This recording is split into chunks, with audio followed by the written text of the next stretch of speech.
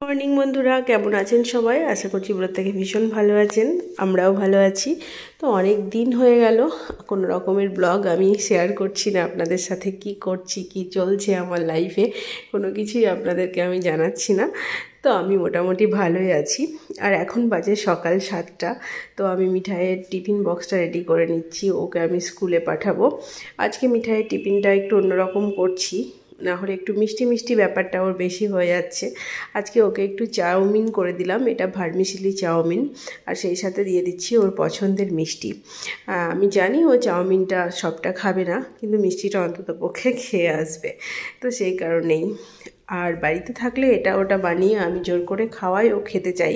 কিন্তু চাউমিন এই জাতীয় জিনিসপত্র বাইরে দিলে, মানে স্কুলে দিলে, উনি সেটা ফিনিশড করে আসেন না। তো টিফিন বক্স, ওয়াটার বোতল সমস্ত কিছু রেডি করে নিয়েছি। তার সাথে এক সেট করে জামা মিঠাইয়ের ব্যাগের মধ্যে দিতে হয়, সেটা দিয়ে দিলাম। সাথে কপি দিয়ে দিলাম, পেন্সিল, ইরেজার, শার্পনার সমস্ত কিছুই দিয়ে দিয়েছি। তো এবারে আমি মেয়েকে ঘুম থেকে ওঠাবো। আমার মেয়ে কিন্তু এখনও পর্যন্ত ঘুমোচ্ছে, আর আমি নিজেও মোটামুটি রেডি হয়ে নিয়েছি। ওকে খাইয়ে নিয়ে যাব আমি দুধ কর্নফ্লেক্স, তো সেটাও রেডি করে নিয়েছি। সমস্ত কিছু রেডি করে আমি মিঠাইকে ওঠানোর চেষ্টা করি, তার কারণ ও যদি আগে উঠে যায় তাহলে একটু কোলের মধ্যে বসে থাকে, একটু ঘ্যান ঘ্যান করে, এই সমস্ত চলতে থাকে অনেক সময় ধরে।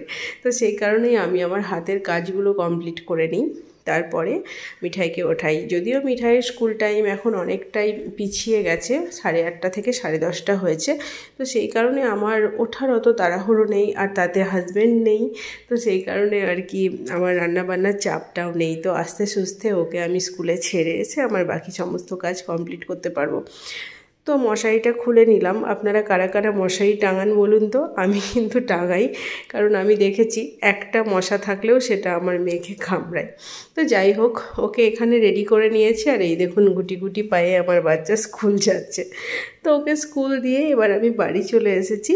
বাড়ি এসে আমি উষ্ণ গরম জল খেয়ে নেব, কারণ সকালবেলা উঠে আমার আজকে কিছুই খাওয়া হয়নি। অন্ততপক্ষে জলটা খেয়ে যাওয়ার চেষ্টা করি, আর সেই সঙ্গে কয়েকটা আমন্ড বাদাম খেয়ে নেব। আর এখানে দেখুন আমার বন্ধুরা এসেছে। প্রচুর শাড়ি জামা কাপড় কেচে দিয়েছি আজকে। আর বাইরের পরিস্থিতি এই রকম, মেঘ করে আছে, মেঘ জমছে, মনে হচ্ছে বৃষ্টি আসবে। এখন বাজে দুপুর 2:30। আমি খাওয়া দাওয়া করে উঠলাম, আর আপনাদেরকে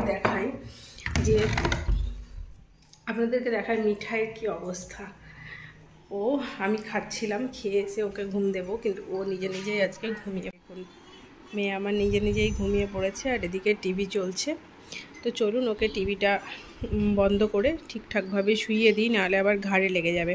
তার আগে আমি এখানে দই রয়েছে, দইটা একটু তুলে দিই। আমি ভেবেছিলাম ওকে আমি দইটা খাওয়াবো, কিন্তু আর হলো না।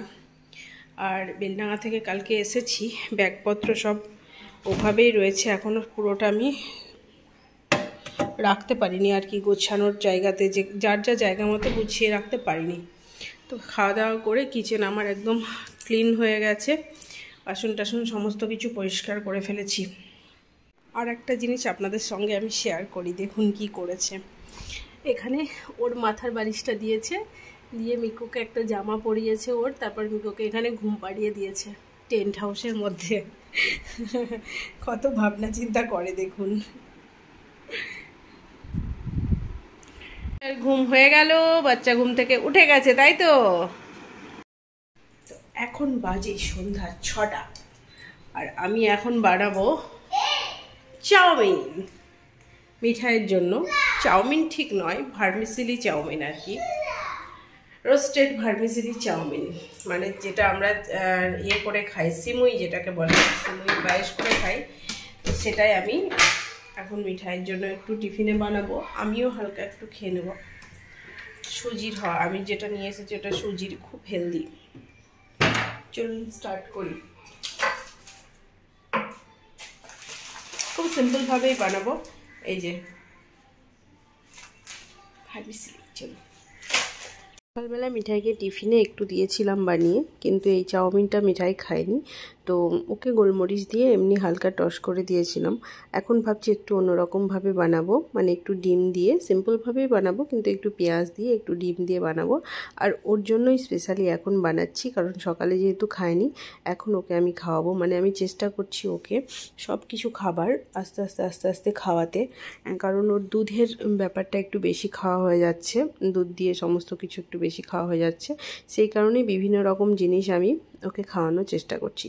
তো দেখুন আমি কিভাবে বানাই। যত দিন যাচ্ছে আমার রান্নাবান্নার পদ্ধতি খুব সিম্পল হয়ে যাচ্ছে। তো এখানে আমি অল্প একটু সাদা তেল গরম করে একটা ছোট্ট পেঁয়াজ কেটে দিয়ে দিয়েছিলাম। তো পেঁয়াজটা ভাজা ভাজা করে নিয়ে একটা ডিমকে আমি ফেটিয়ে বিট করে এর মধ্যে দিয়ে দিলাম।